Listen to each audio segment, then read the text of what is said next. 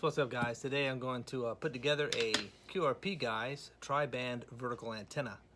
I've never done one of these before, but this is from QRPGuys. Their kits are really inexpensive, really simple, and they work.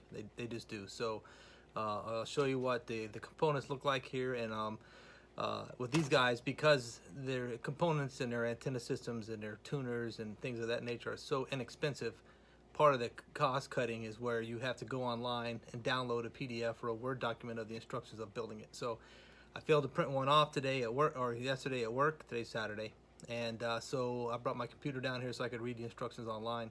And let me show you here what it looks like. So this is the kit, and as you can see, it is a what do they call this? QRPGuys Portable 40-30 20-meter tri-band vertical antenna. And this antenna kit right here with all the components, I paid $15 plus I think $5 shipping, so $20. You supply your own wire and you have a tri-band vertical antenna. It comes with all the components you see here, and we'll get to soldering this together, and I'll give you my take on what I think about it. And so apparently I'll read you a quick thing about this. I guess Joe Everhart, call sign November 2 Charlie X-ray, has probably designed the majority part of this antenna, because they said with his permission they've adopted his portable vertical antenna using switch toroids. That's what these little circle things are right here. These are toroids. They have for the base loading inductance into a lightweight antenna for easy outdoor setup. And they give you say that you can read his full article based on the July 2017 issue of QRP Quarterly if you're interested. So I will put a link to this description, as if I can find a link to the article, I'll put that in here as well. But other than that, let's get started putting this together. Well, as you can see, the components are pretty simple. You've got your BNC connector for your antenna. You got the two toroids for probably each of the bands. You got a wing nut with a screw and a nut and some crush washers here. This is for the antenna connection as well as the counterpoise. And you have these switches to switch between the bands, and that's pretty simple. Oh well, and the magnet wire for winding these toroids. And I'm not good at this. I have a hard time with these, so hopefully I won't have too hard of a time. I found out that this stuff right here is coated with some good enamel, so you have to have some fine emery paper or sandpaper to get the coating off or to solder. And the first thing they say to do is, so this is also used as an antenna winder, and they recommend taking some fine sandpaper and sanding down these rough edges right here to keep from, when you wind your wire on here, to keep from cutting the installation. I might do that now. We'll see. So it doesn't take much. I'm actually just using a small file here, a round file, to just smooth off some of those edges, and you can feel it when you get in there to how much you need to take off. And it's really, you're just really getting like the burrs off, to be honest with you, from the manufacturing process. I'm assuming it's no big deal. Something that needs to be done. So you got to do these little notches that are cut into this side, this notch, this one, and these two. So I'll finish that up and we'll get busy. Okay, the first step that we have to do here is to solder these two switches, switch S1 and S2. There's 5 pins on each of them, and I'll go ahead and get busy with that if I can get this flipped over. So let's see if we can do this here.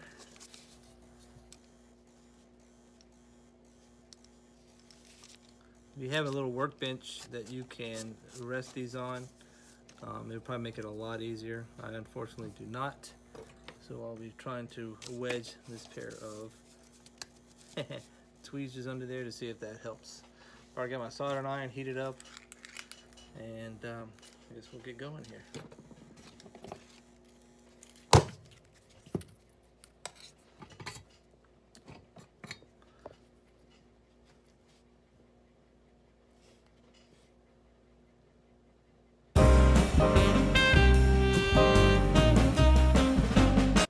So I got one soldered on there.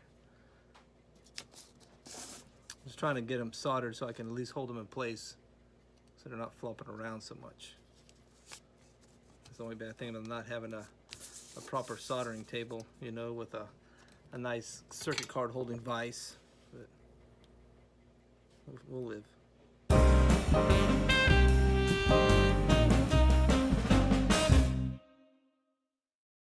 I got the switch soldered on there, like solid solder joints to me.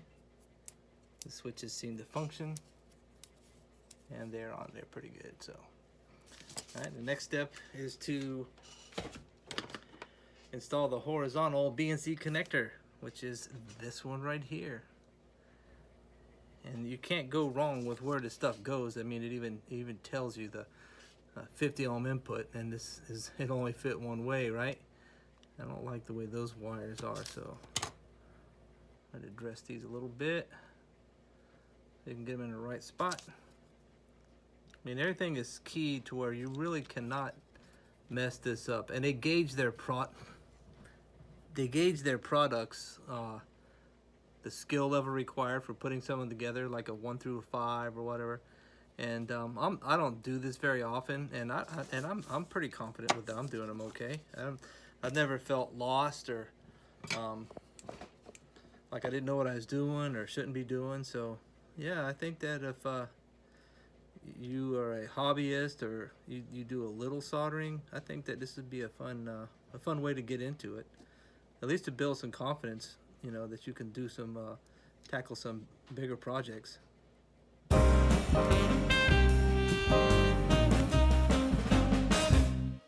Okay, well, we got the antenna connector on there. You can see in there, it's really well made for a simple project, to be honest with you. And the next thing would be to add the hardware posts for the antenna and the ground or counterpoise. So this is the ground right here, because it says ground right there on it, and this is the counterpoise or the vertical wire. And so they say to, let's see here. So you put this screw goes into this wing nut as so, which I never would have realized how to put this on. I'll never put a wing nut in something kind of backwards like that. Interesting. Okay, and then let's see here. You put one of these hex nuts on.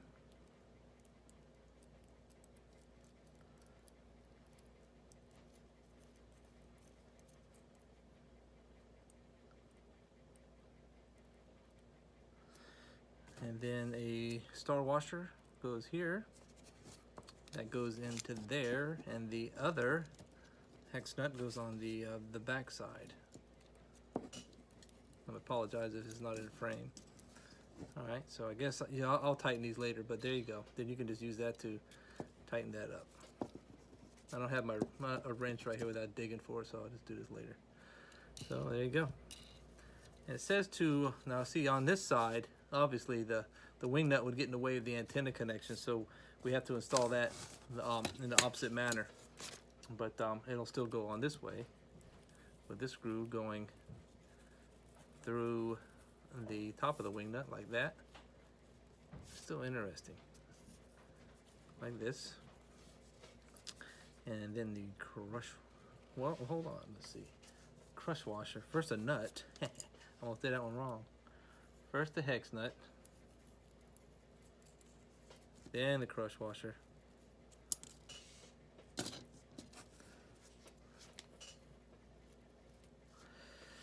So this will come here like that, and it'll go on here. Sometimes these little things have, I mean, I don't have big hands, but these things are kind of small sometimes. It's hard to get them lined up with big fingers and tight spots, so.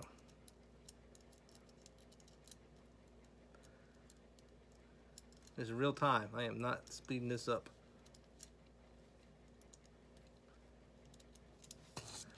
The best thing to do is hold it and turn this, right? It absolutely is. Okay, so I will put that through there like that and tighten this down like so. And I'll dress this up later to where I'll have these two nuts tight, just so the counterpoise and everything can go on here. I don't really like this sample because I will tell you what I did. I've already prepared the counterpoise for this system, and it's 4 10-foot radials. And as you can see, I've already put a ring connector on here, and clearly this is not going to work. So I might put this another way to get that ring connector under the wing nut instead of, I guess this is so it doesn't get lost. I might just cut a notch out of this ring connector because I've already, you know, got a nice soldered lug on there, and I don't want to do it that way. So anyway, if I figure out how to do that, I'll come back and show you what I did. All right, so we got the 2 ground posts soldered on there, and the next thing to do is probably going to be winding the toroids, and that's not, yep, there it is.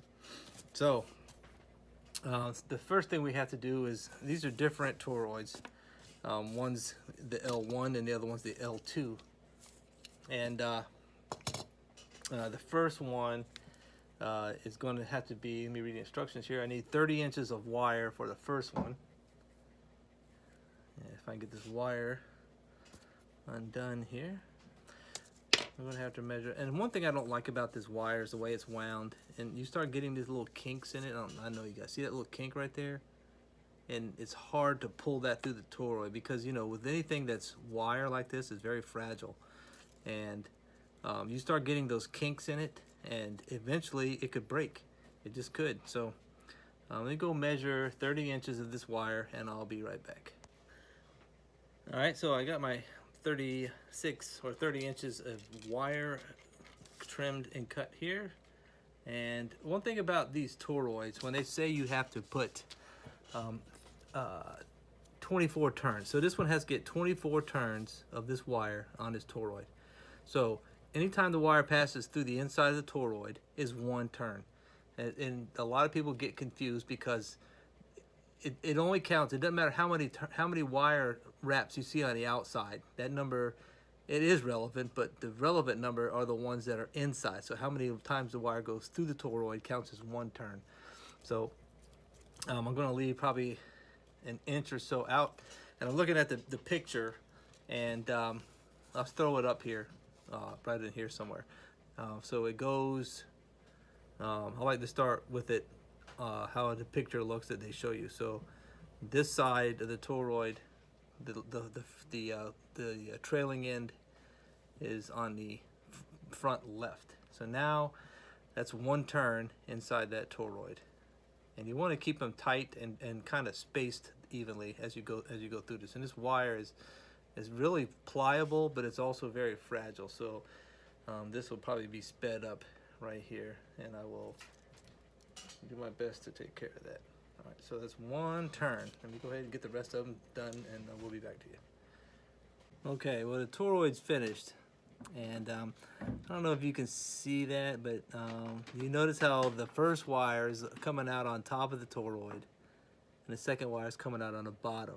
And the hard part is trying to keep the spacing between all these wires as even as you can, all the way, or as uniform all the way around, and it's really difficult. So once you get it wrapped, you can go through and dress it up a little bit with something small. I've got a pair of tweezers and a dental instrument that I use sometimes. So just a little dental hook like that, and I'll go through and I'll move the wires just to get them dressed up as best I can, because you know, the neater this is and the better it is, the better it may work for you, because you don't want to be taking this off and having to rewind it, because it's wear and tear on the board. And I've actually had to remove things off this board, so, well, not this one, but boards in the past where it's delaminated some of the pads, and that's not good. You gotta throw the thing away. So let me get the other one wound. The other toroid is going to be wrapped in a similar manner, but it's going to have 38 turns. So you see how tight it is with 24 turns, and now I got to do the same size, but I have got to put 38 turns of it. It's the same length wire, but 38 turns. So I'll get started with that, and I'll be back in a minute. All right, well, I have the second toroid wound, and as you can see the difference between the two, you see how much tighter the windings are on this one. It's got over 10 times, you know, not 10 times, it's got 10 more windings than this one does. So yeah, trying to get these things all lined up is really painful for me. So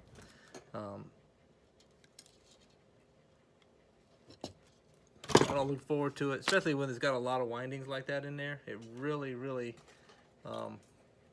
becomes tedious. I mean, this one wasn't horrible because I could actually space them around, but this one, because, well, this one, so I can get in the frame, this one, because it's so tight. So the next thing we have to do, I'm just going to turn my multimeter on here, and I'm going to show you guys, I got it on impedance or diode, so I'll show you that there's no continuity on this magnet wire. So if you look, I'm touching both of them, there's nothing there, nothing. Okay, so let me show you on this this toroid right here. This is the first one I wound. It was the one that had the 24 turns, which is irrelevant. But I also want to show you. So I got the leads, and I'm going to press them down on here to show you that there's actually no continuity here at all. But if I touch the leads together, okay, so that works. So I have some really fine sandpaper. I don't remember what the grit is, 600 grit, I think. And this other one I've just finished sanding, but I don't know if it's good enough. So, you know, you have to see. Look, I've already sanded this a little bit, and it's still no continuity on these wires. And if you don't have that, when you solder that onto that board, it's not going to work. So let me get busy trying to get this stuff off of here, and I'll be back to you. Okay, so here you go. So I don't know if you can see this, but you can see most of this wire now where I sanded it is copper. But even now, if you listen, it got continuity, but it's intermittent.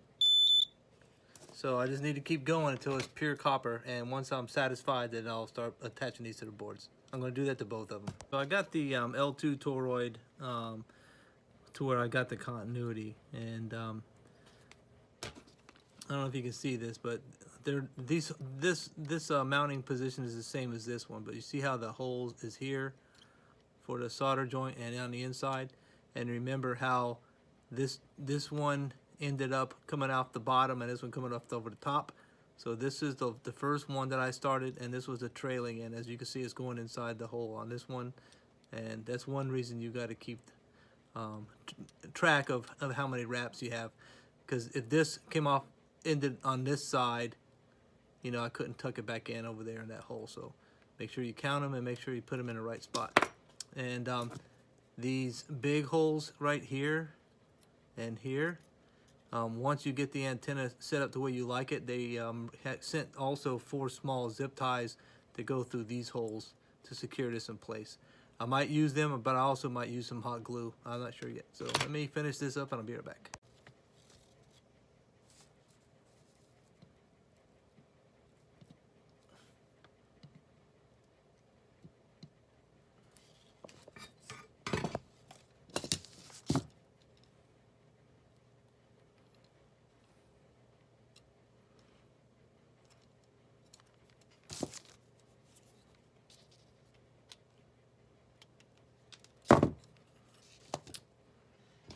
Moment of truth.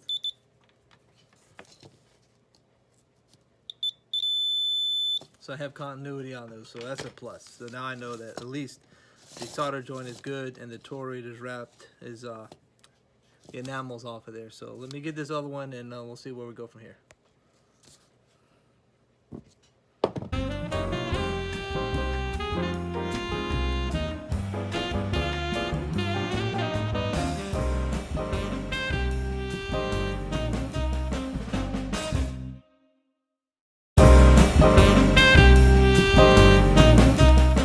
One thing I didn't cover is these 2 holes right here under the antenna lug where the vertical wire goes right here. What those are is that's the strain relief. So the antenna, the radiating element would come through there, and you'd bring it back up through this way to attach it right here to this lug. And that's just strain relief. You see I can't pull that out. That way you don't pull it loose. So yeah, it looks like a pretty decent setup, and it didn't take long at all to get that taken care of. I think the longest part for this kit was winding the toroids and getting the enamel off of the wires. That was kind of a pain. And I'll have to look in the instruction manual, but obviously you switch these for The 20 meters is this way, and 30 meters is this way, and 40 meters is both. You can look at the little diagram there, it tells you which way. So this one has a 40 and a 30, and there's a 40 here. So both ways, that's a 40 meters. There's the 20 on this side, so there's 20 and 20. And if you want 30, it looks like you would turn this to 30. So pretty self-explanatory. I didn't even read the instructions on that. So anyway, I think this is a pretty cool kit. Unfortunately, I'm not going to be able to test it out today because it's got dark out. I got carried away. It's 8 o'clock at night. Had a bunch of things going on during the day. Wasn't able to get to this.